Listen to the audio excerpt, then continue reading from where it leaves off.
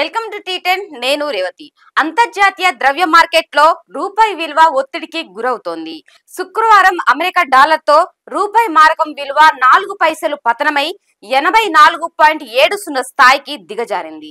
అంతర్జాతీయంగా భౌగోళిక రాజకీయ ఉద్రిక్తలు, భారత మార్కెట్లలో నష్టాలు, అమెరికన్ కరెన్సీకి పెరిగిన డిమాండ్ తదితర పరిణామాలు రూపాయి విలువ తగ్గుదలకు కారణమయ్యాయి, ప్రభావం చూపాయని ఫారెక్స్ వ్యాపారులు తెలిపారు. వారాంతంలో inter bank foreign exchange market లో రూపాయి విలువ 83.64 వద్ద ప్రారంభమైంది.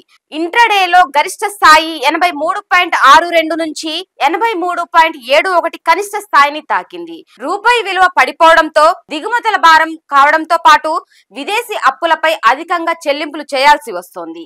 ఇది దేశ ఆర్థిక వ్యవస్థపై తీవ్ర ఒత్తిడిని పెంచుతుంది. గత కొన్ని రోజులుగా వరుస లాభాలతో రాణిస్తున్న దేశీయ స్టాక్ మార్కెట్లు శుక్రవారం నష్టాలను చవిచూశాయి. ఫెడ్ రేట్ల కోత, ఐటీ షేర్లలో కొనుగోళ్లు, విదేశీ సంస్థాగత మదుపర్ల నుంచి కొనుగోళ్లు మద్దతుతో ఇటీవల ఆల్ టైమ్ రికార్డులను నమోదు చేశాయి. దీంతో ఇన్వెస్టర్లు లాభాల స్వీకరణకు మొగ్గు చూపారు.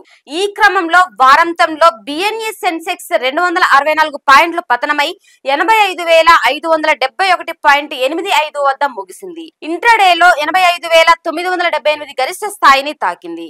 ఎన్ఎస్ఈ నిఫ్టీ 37.13 పాయింట్లు తగ్గి 26,178.95 వద్ద నమోదైంది. సెన్సెక్స్ 30లో Power Grid Corporation, Bharti Airtel, HDFC bank, ICICI bank, Hero Moto Corp సూచీలు అధికంగా నష్టపోయిన వాటిలో ముందు వరుసలో ఉన్నాయి. మరోవైపు BPCL, Sun Pharma, Divi labs సూచీలు 6.23% వరకు అధికంగా లాభపడిన వాటిలో టాప్ లో ఉన్నాయి.